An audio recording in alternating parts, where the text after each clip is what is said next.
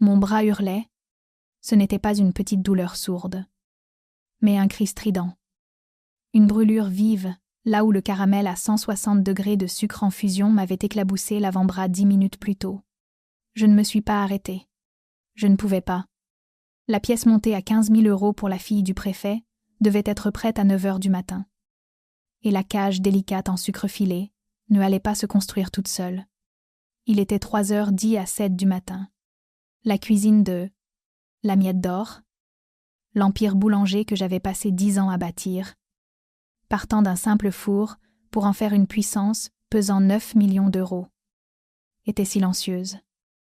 À l'exception du ronronnement des fours à convection industrielle et de ma propre respiration saccadée. J'ai passé mon bras sous l'eau froide pendant exactement 30 secondes, juste assez pour engourdir la surface, et je me suis remise au travail. 7 heures plus tard. Le gâteau était parfait, un chef-d'œuvre d'ingénierie et d'art. Et 7 heures plus tard, ma sœur Léa est entrée. Elle était fraîche, reposée, sentant le parfum à la vanille hors de prix et l'arrogance. Elle n'a pas posé de questions sur la brûlure sur mon bras. Elle n'a pas demandé si j'avais dormi. Elle s'est dirigée droit vers le gâteau, a sorti son téléphone et a pris un selfie. Encore une nuit blanche. Chloé, a-t-elle gazouillé, tapant déjà sa légende. Diriger une pâtisserie est tellement épuisant, mais ça en vaut la peine pour un art pareil. #BossBabe. Diégé pris. Et Zénatron Sudeva. Je l'ai regardé publier sa photo. J'ai regardé les j'aime affluer. Et j'ai vu mon père. Philippe. La regarder avec fierté, comme si elle venait d'inventer le feu. Il ne voyait pas les cernes sous mes yeux ou la cloque qui se formait sur ma peau. Il voyait son héritage, ou du moins, la version qu'il voulait en voir. C'est à ce moment-là que j'ai su. Je ne savais juste pas à quel point ça allait dégénérer. Avant que je vous raconte comment j'ai réduit leur héritage en cendres, laissez un commentaire ci-dessous pour me dire d'où vous me regardez et quelle heure il est chez vous. Je veux voir qui est réveillé avec moi. Le dîner était censé être mon couronnement. Mon père, Philippe, avait demandé que tout le monde soit présent dans sa propriété, une monstruosité en pierre de taille à écully, que ma sueur et ma farine avaient payé. J'étais assise là, lissant la serviette sur mes genoux, mes mains cachées sous la table. Je ne voulais pas qu'il voie les bandages, ni les tremblements. Pendant 10 ans, j'avais été le moteur de la Miette d'Or. J'avais pris une boulangerie poussiéreuse et moribonde pour en faire la référence absolue de l'événementiel à Lyon. 9 millions d'euros de chiffre d'affaires l'année dernière. Une liste de clients qui exigeait des accords de confidentialité. J'avais supposé, bêtement, que les chiffres étaient la seule langue qui comptait en affaires. Je pensais avoir acheté mes parts avec des journées de 16 heures et des vacances sacrifiées. Philippe s'est levé, tapotant son verre en cristal avec une cuillère en argent. Le son était aigu, perçant le léger brouhaha des conversations. À la famille. Hâté, il dit. Rayonnant. Il m'a regardé. Puis a regardé Léa. J'ai réfléchi à l'avenir, à la transmission. Quand on bâtit quelque chose de grand, on ne le fait pas pour soi. On le fait pour les générations à venir. Pison, Kison. Pison, Pison. Ahon. Je me suis redressée. On y était. Il allait enfin l'annoncer. C'est pourquoi, hâté, il continuait, ses yeux s'éloignant de moi pour se poser chaleureusement sur ma sœur. J'ai décidé de prendre ma retraite, et à compter du 1er du mois, je confie le titre de PDG et 50 et 1% des parts à Léa.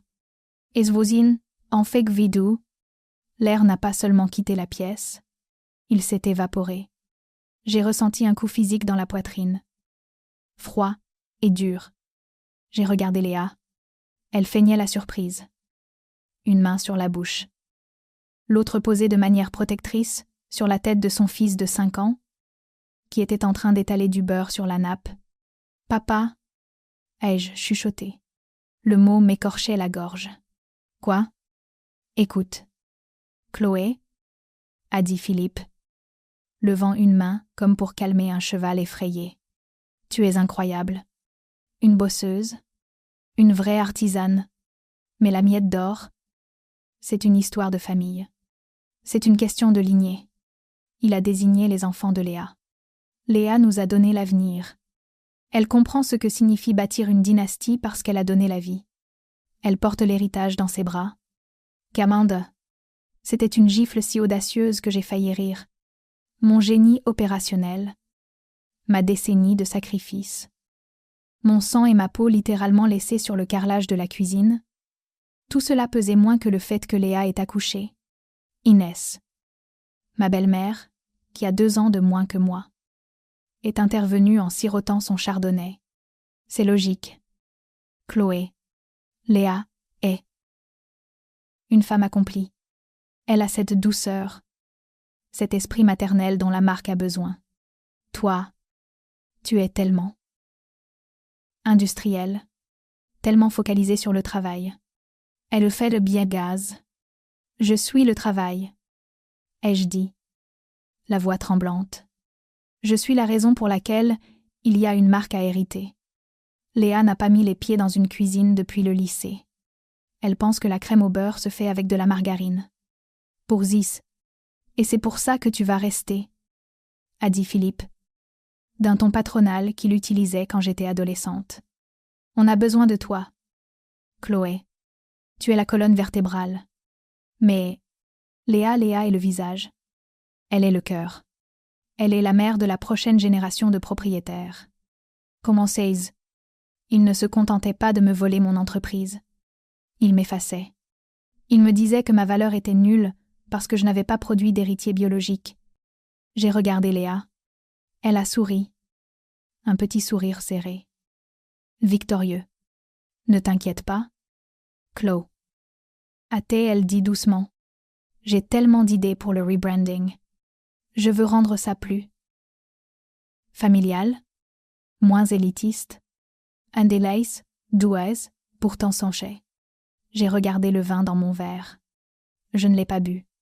J'avais besoin d'avoir les idées claires pour la suite. Le choc s'estompait, remplacé par une clarté froide et vibrante. Il ne voulait pas d'une associée. Il voulait une servante. Et il pensait que la loyauté familiale me garderait enchaînée au four pour toujours. Mais nous avons un plan pour toi. Chloé, a dit Philippe, la voix dégoulinante de cette fausse bienveillance qui précède généralement une exigence. On ne te laisse pas sur le carreau. Tu seras directrice des opérations. Tu géreras la cuisine, le personnel. Tu veilleras à ce que la qualité reste. Impeccable. Tu rapporteras à Léa. Et Priperton? Rapporter à Léa? Ai-je répété? Les mots avaient un goût de cendre. C'est elle la PDG. A ajouté Inès. Toujours aussi utile. La hiérarchie est importante dans une société. Énoncé. Exactement. A dit Philippe. Tu feras ce que tu fais de mieux la pâtisserie. Les réveils à l'aube. Les stocks? Léa s'occupe de la vision. On garde même ton salaire exactement au même niveau. Pas de baisse de salaire. Et dondistans à justesse. Il disait ça comme s'il me faisait un cadeau. Je l'ai regardé. Je l'ai vraiment regardé. Et, pendant 1 seconde, ma résolution a vacillé. 10 ans, j'ai pensé aux nuits où j'avais dormi sur des sacs de farine, parce que j'étais trop fatiguée pour rentrer chez moi. J'ai pensé aux relations que j'avais gâchées parce que je faisais passer la boulangerie avant tout. J'ai pensé à chaque recette que j'avais développée. Chaque client que j'avais démarché. Chaque brique de ce bâtiment que j'avais pratiquement posé moi-même. Comment pouvais-je partir? C'était à moi. Partir ressemblait à une amputation. C'était admettre que la dernière décennie n'avait servi à rien, un vide. Un échec. Mais soudain, le brouillard s'est dissipé. Il existe un concept en économie appelé le biais des coûts irrécupérables. C'est un piège cognitif qui retient les joueurs à la table bien après que la chance a tourné. Il vous murmure que parce que vous avez déjà tant investi temps, argent, amour, vous ne pouvez pas arrêter maintenant. Il vous dit que partir rend la perte réelle. Alors que rester maintient l'espoir d'un retour sur investissement. J'ai regardé mon père. qui servait encore du vin à la fille qui ne s'était jamais brûlé la main sur une cage en sucre. J'ai regardé l'entreprise que j'avais bâtie. Maintenant offerte à quelqu'un qui la voyait comme un simple symbole de statut social. Rester n'était pas de la résilience. C'était de l'acharnement thérapeutique financier. Ces 10 années étaient parties. C'était une dépense non récupérable. Je ne pouvais pas les récupérer en restant. J'allais seulement perdre les 10 prochaines années aussi. Rester ne sauvait pas mon investissement. Cela aggravait ma dette. L'émotion m'a quittée. Remplacée par une clarté si tranchante qu'elle ressemblait à une lame. Ce n'était pas un dîner de famille. C'était une mauvaise négociation de contrat. Et j'étais la seule dans la pièce à savoir lire les petites lignes. J'ai plongé la main dans mon sac. Le métal était froid contre mes doigts. Non, ai-je dit. Les bavardages à la table se sont arrêtés net. La fourchette de Léa s'est figée à mi-chemin de sa bouche. « Pardon ?» a demandé Philippe. Son sourire vacillant. « Je refuse l'offre de poste de directrice des opérations. » Ai-je dit. La voix ferme. Débarrassée du tremblement d'il y a quelques minutes. Et je démissionne. Avec effet immédiat. Indispersion. Elle conclaise. J'ai sorti le lourd trousseau de clés de mon sac le passe-partout. La clé du coffre. Le badge de l'alarme, et je les ai posés délicatement sur la nappe en lin blanc. Ils ont produit un choc sourd et lourd qui a résonné plus fort qu'un cri. « Tu ne peux pas faire ça !» a ri Léa, d'un son nerveux et aigu. « On a le salon du mariage la semaine prochaine. Je ne connais pas le planning des fournisseurs. »« Mansou que fils-je ? Mansou, tu es la PDG ?» ai-je dit en me levant. Ça ressemble à un problème de vision stratégique. Esage et Dizzy Trim. Chloé?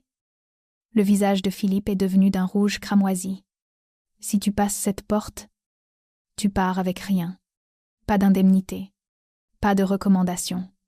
Tu auras gâché ta vie. Isbogé 13 ans. Endesbage. Je suis entrée ici avec rien d'autre que mon talent. Ai-je dit. Et je repars avec Roncesier. Le reste, la marque. Le bâtiment. La dette de ton approbation. Vous pouvez les garder. C'est devenu trop cher pour moi. Et Astes. Et des filles d'ail. Je n'ai pas attendu de réponse. Je me suis retournée et j'ai quitté la salle à manger. Traversé le hall et franchi la porte d'entrée. L'air hivernal de Lyon m'a frappé comme un coup de fouet cinglant. Glacial et incroyablement pur. Je n'avais pas de manteau. L'ayant laissé au vestiaire. Mais je m'en fichais. Je suis montée dans ma voiture et je suis partie.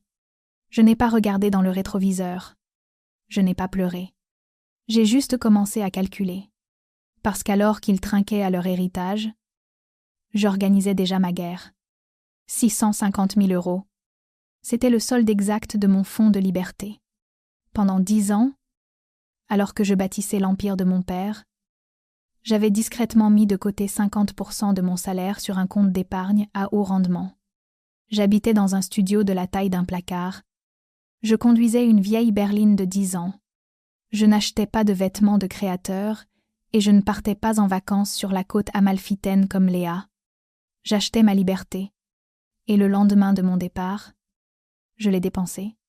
Je n'ai pas eu besoin de chercher loin pour un local, juste en face de la Miette d'Or. Il y avait un espace commercial délabré, étouffé par la poussière, qui servait de brocante ratée depuis des années. Les vitres étaient encrassées de graisse et le sol était en linoléum pelé. Mais la structure était saine. Et l'emplacement, c'était agressif. C'était une déclaration de guerre. J'ai signé le bail 48 heures après avoir démissionné. Les 3 semaines suivantes furent un tourbillon d'eau de javel, de peinture et d'adrénaline. Je n'ai pas embauché d'entreprise pour le gros œuvre. J'étais à genoux, à gratter des décennies de crasse sur le béton, jusqu'à ce que mes doigts soient en sang. Je voulais sentir le bâtiment. Je voulais saigner pour lui. Ce n'était pas seulement un commerce, c'était une forteresse. Pendant que Léa, de l'autre côté de la rue, publiait des stories Instagram sur la réinvention de la marque, avec des planches de tendance et des palettes de couleurs. J'installais un batteur mélangeur de 60 litres et je calibrais les contrôles d'humidité de mes chambres de pouce. Ensuite, j'ai passé 3 appels. Le premier était pour Marc, le chef tourier de la Miette d'Or. L'homme pouvait sentir la différence entre un beurre à 82% et 84% de matière grasse rien qu'en touchant la pâte. « Marc, lui ai-je dit, je ne peux pas m'aligner sur ton salaire actuel, pas pour les 6 premiers mois, mais je peux te donner 5% des parts. Tu ne seras pas un employé. Tu seras un associé. À Jésus Manager. » Il n'a pas hésité. Je commence quand? J'ai fait la même offre à Sarah, la sous-chef exécutive, et à Damien, le responsable de la logistique. Ils ont quitté la Miette d'Or le jour même. Mon père m'a appelé, hurlant au débauchage et à la trahison. Je n'ai pas répondu. J'étais trop occupée à tempérer du chocolat, et c'est là que résidait la différence. Léa pensait que diriger une pâtisserie, c'était faire des dégustations et serrer des mains. Elle ne comprenait pas la physique de la chose. C'est une question de tempérage du chocolat Valrhona jusqu'à ce qu'il atteigne exactement 30 et 1 degré pour qu'il claque quand on le casse. C'est calculer le pourcentage d'hydratation du levain au centième près pour compenser l'humidité lyonnaise. C'est le rythme d'une cuisine qui bouge en parfaite synchronisation. Un ballet de chaleur, de farine et de couteaux aiguisés. Nous avons ouvert un mardi. Pas de grande fête d'inauguration. Pas de ruban coupé. Pas d'influenceurs. Juste une petite enseigne noire mate au-dessus de la porte, la preuve. C'était un double sens. En boulangerie. C'est le moment où la pâte lève, où la levure fait son travail et où les saveurs se développent. Dans la vie, la preuve est ce qui arrive quand on arrête de parler et qu'on commence à agir. À 8 heures du matin, la queue sortait sur le trottoir. Les clients n'étaient pas des touristes. C'étaient les habitués d'en face. Ceux qui savaient que les croissants de la Miette d'Or commençaient à avoir un goût de carton. Ceux qui suivent le talent. Pas le logo. J'étais derrière le comptoir, couverte de farine, l'épuisement irradiant de mes os. Et je regardais mon père fixer par la fenêtre son empire vide de l'autre côté de la rue. Il avait l'air confus. Moi, j'avais juste l'air occupé. J'avais de la pâte qui devait lever. 6 mois plus tard, la vue depuis ma vitrine était une leçon magistrale de démolition au ralenti. Alors que, la preuve, bouillonnait la machine à expresso sifflant, la cloche de la porte tintant, toutes les 30 secondes. L'air épais de l'odeur de beurre caramélisé, la Miette d'Or, était devenue une ville fantôme. Je n'avais pas besoin d'y entrer pour savoir pourquoi. Je pouvais sentir le désespoir d'ici. Ça a commencé par le beurre. Environ 2 mois après mon départ. Marc, qui avait encore des amis là, Baz m'a dit que Léa avait changé de fournisseur. Elle avait remplacé le beurre fin par un mélange de margarine industrielle pour optimiser les marges. Elle avait besoin de maintenir des dividendes élevés pour financer son train de vie. Et elle pensait que les clients ne remarqueraient rien. Mais dans ce métier, on ne peut pas mentir au palais. Les croissants ont cessé de s'effeuiller, ils s'effritaient. La crème au beurre est devenue cireuse. L'âme de la boulangerie s'était évaporée. Puis sont venus les avis. 1 étoile, 2 étoiles, gâteau de supermarché au prix du Ritz. Rassis. Sans âme. Léa n'y répondait pas avec humilité, mais par des tirades défensives sur Yelp, accusant les conditions atmosphériques ou affirmant que les clients n'avaient pas de goût raffiné. Je l'observais à travers la vitre.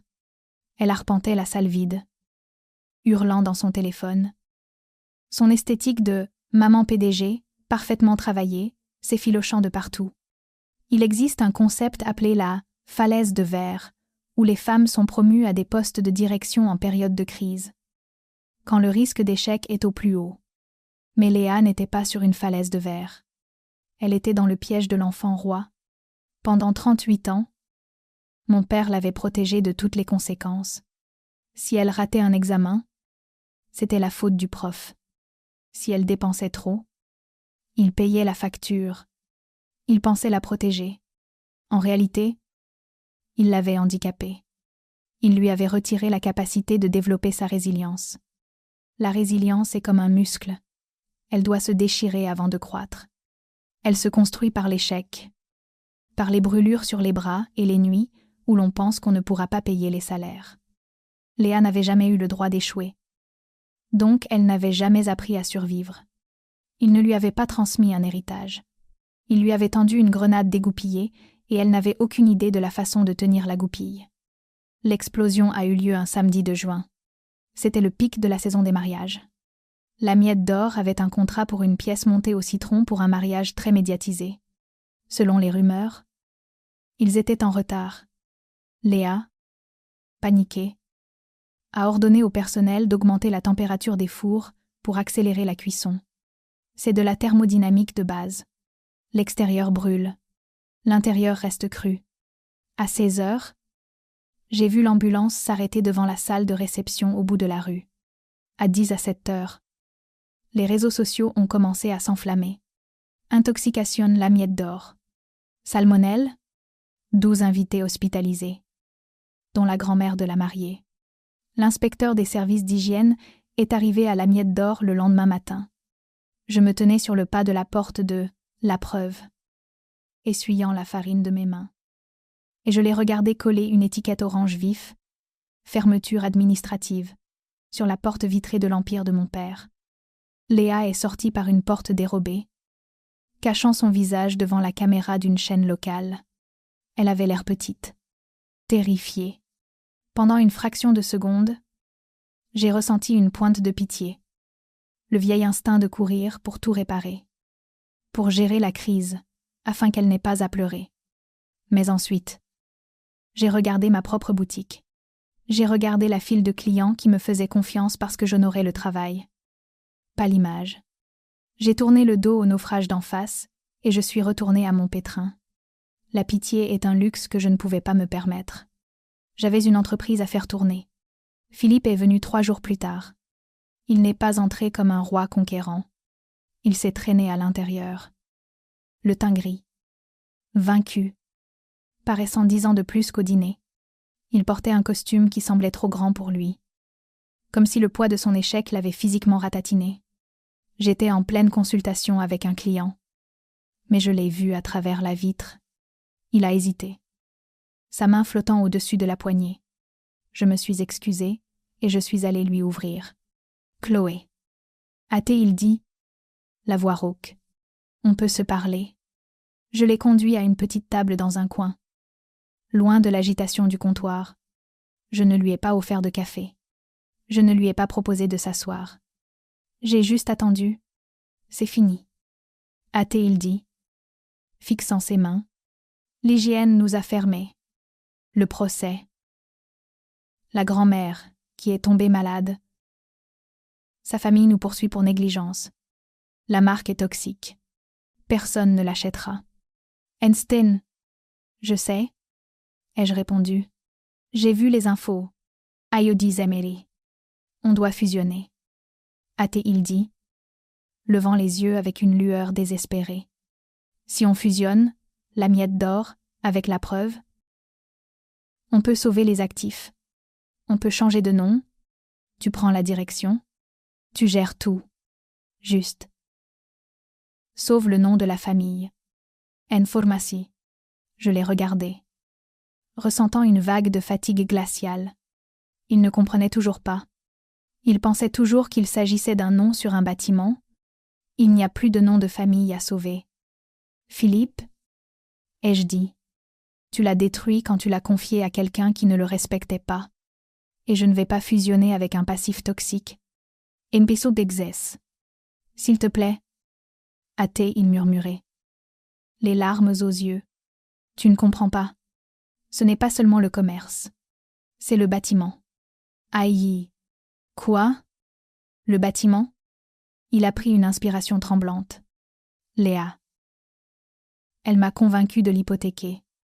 Il y a 6 mois, elle disait qu'on avait besoin de capital pour le rebranding. Elle disait que c'était un investissement. Inferte. Et alors, elle n'a pas utilisé l'argent pour la marque. Hâté, il lâchait dans un sanglot. Son mari? Marc-André. Il avait des dettes de jeu. Énormes. Elle a utilisé le prêt pour les rembourser. Elle pensait qu'elle pourrait rembourser la banque avec les bénéfices une fois qu'elle aurait pris les rênes. Mais il n'y a pas eu de bénéfices. Elle fixait six prêts. Je l'ai fixé. L'horreur de la situation me frappant lentement. Le bâtiment sert de garantie. A-t-il confessé. La voix brisée. La banque saisie la semaine prochaine. On va tout perdre. La maison. Ma retraite. Tout. Bouh. Eddie. Le silence s'est étiré entre nous. Épais et étouffant. Si j'avais accepté l'héritage.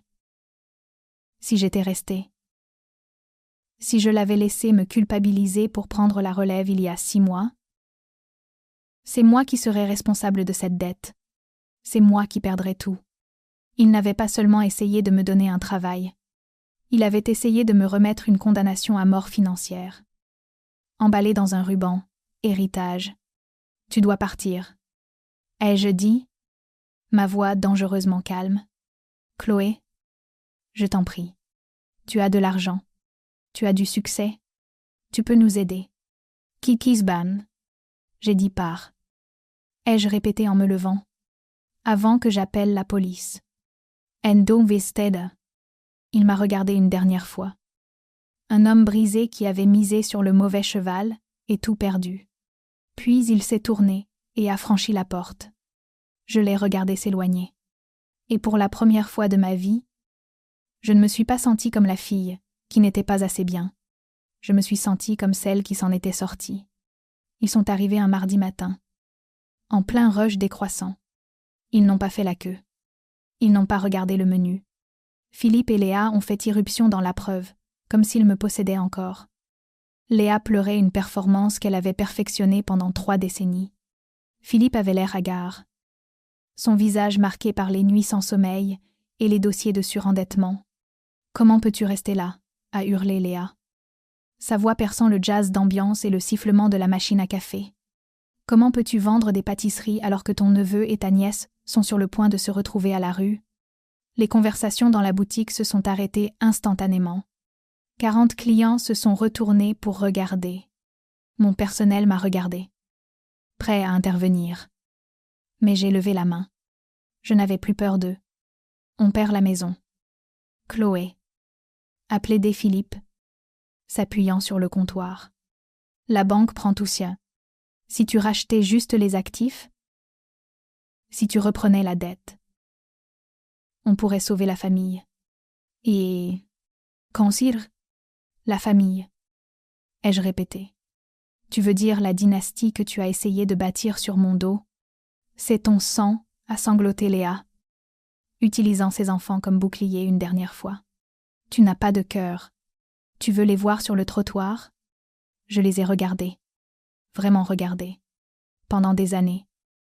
J'avais pensé que les couper de ma vie ressembleraient à une punition, une arme que j'utiliserais pour les blesser. Mais debout là, entouré de l'entreprise que j'avais bâtie de mes mains, j'ai réalisé que ce n'était pas une arme du tout. Vous pensez que c'est une punition? Ai-je dit? La voix basse et stable. Vous pensez que je fais ça pour vous donner une leçon. Ce n'est pas le cas. Cassis m'intazej. Cassisé. Alors aide-nous, a supplié Philippe. Je ne peux pas? Ai-je dit. Parce que vous êtes la gangrène. Pour thèse? Ils m'ont regardé. Confus. Quand un membre devient nécrosé. Ai-je dit, me penchant pour qu'il ne rate pas un mot. On ne le garde pas parce qu'on l'aime. On ne le garde pas parce qu'il fait partie de nous depuis 32 ans. On le coupe, pas parce qu'on déteste ce membre, mais parce que si on ne le fait pas, l'infection tuera tout le reste. Idezes, j'ai regardé Léa, puis mon père. Vous êtes l'infection.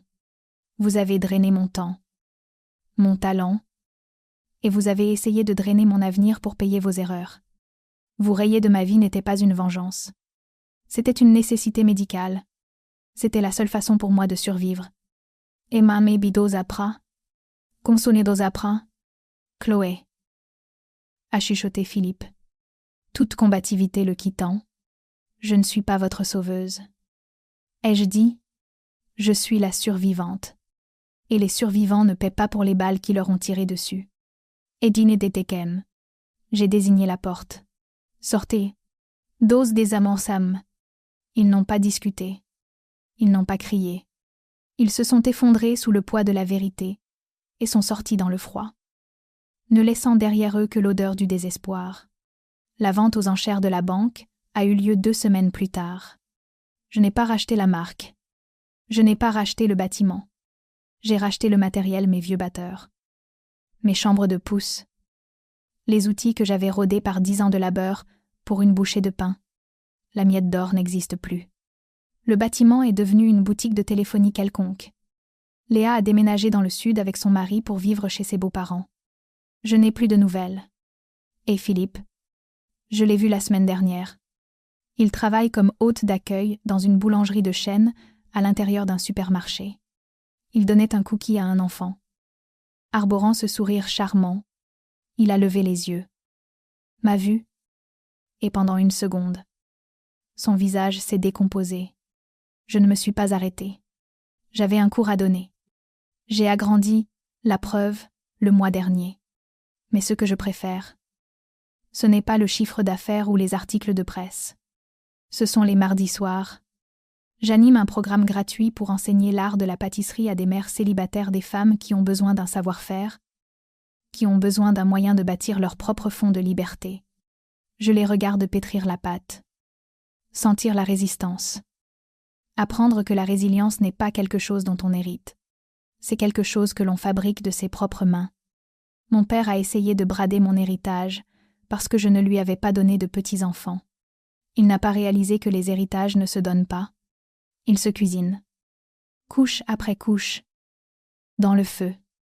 Et celui-ci est entièrement le mien. Si vous avez déjà dû abandonner quelque chose que vous aviez bâti pour sauver votre propre santé mentale, partagez votre histoire dans les commentaires. Je les lis tous.